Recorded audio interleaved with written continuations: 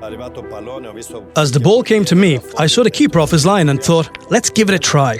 If it goes in, good. If not, it doesn't matter. It went in. When you score these goals, which doesn't happen every day, it gives you a special feeling. The sensation of having done something incredible. When the ball doesn't go in, everyone asks, why do you do these things? It's like you have nothing to do with football. But when it does go in, you're a genius.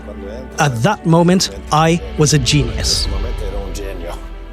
The goal that Zlatan Ibrahimović has just described was not just a goal, it was a rocket, a perfect curler, an effort that was so much more beautiful as it flew through the air than when it hit the back of the net. It was goalless between Lecce and Milan, and Zlatan Ibrahimović has done the lot for the Rossoneri starting from that day in January 2011, the early part of the last calendar year in which we won the league title, right up until the present day. That's what Ibra is all about, and Lecce were unable to come away unscathed. A few months earlier, barely 2 years on from the release of the film about Benjamin Button, Zlatan Ibrahimović had left Barcelona, and he landed on a private jet at Milan's Linate airport. It was August 2010. They rushed him to San Siro and he immediately asked, "Where are the dressing rooms?" "No, Zlatan, let's watch the game from the stands." "You're joking, I want to play." The paperwork hasn't cleared yet. Now though, Zlatan remembers it all and has come to accept it. But at the time, it was hard for him to swallow that he couldn't play against Lecce at San Siro. But in the reverse fixture half a season later, he certainly could. That's why he wanted to try something different and come up with something special. If it didn't come off, no worries. But if it did, we'd all be happy, myself and the fans included, thought Zlatan. Zlatan wasn't only focused on winning games, breaking records, business interests, social media, God and movies. There were the fans to think about too, above all the fans. I feel welcome at AC Milan thanks to the fans, because I've had a great rapport with them since the first day. I always do my best for them, because it's not easy to play without them. 80,000 people calling for you is a special thing. With me, the fans have always been great, very respectful. When I play, I give my all for them. Benjamin Button was a quiet kid in the body of a quiet man, a creature that one day stood up and began to walk, just as Zlatan Ibrahimović did after the operation on the cruciate ligament injury in his knee that ended his season at Manchester United. He picked himself up and battled back from the first serious injury of his career.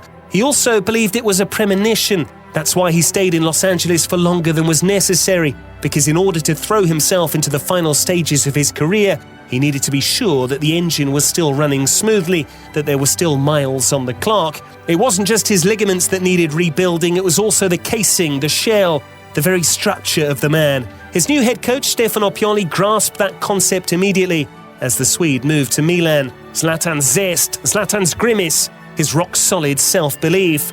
Beneath all that lies a man like any other with his own thoughts, doubts and worries. He needed to inspire confidence in everyone else, in the fans and the outside world, but he also needed to rediscover his own self-confidence, away from the glare of the TV cameras and the San Siro floodlights. A few short minutes against Sampdoria at San Siro, then the trip to Cagliari on the 10th of January 2020.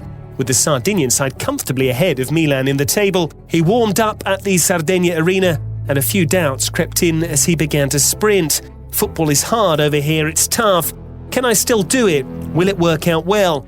The man on the receiving end of Zlatan's whispered questions was the calming, empathetic figure of Stefano Pioli. He immediately gave him playing time but never applied any pressure. He's a coach who can read between the lines, a coach that respects his players. That's all it took to forge a rapport. Moments that live long in the memory, because in 2021, Ibra approached the relationship with Stefano Pioli just as the coach had done with him in the early weeks of the previous year. It doesn't take much, but it lasts forever. What we went through last season wasn't easy. Before a game, Pioli would come to me and say, "Ibra, you be the good guy, I'll be the bad one." The following week, he'd switch and say, "You be the bad guy today and I'll be the good one." We'd play these games, but he was always in charge when he wanted to be. But sometimes, when he'd tell me to be positive, I still needed to be a bit bad. Not negative, but aggressive. There needs to be a balance. You don't know people immediately.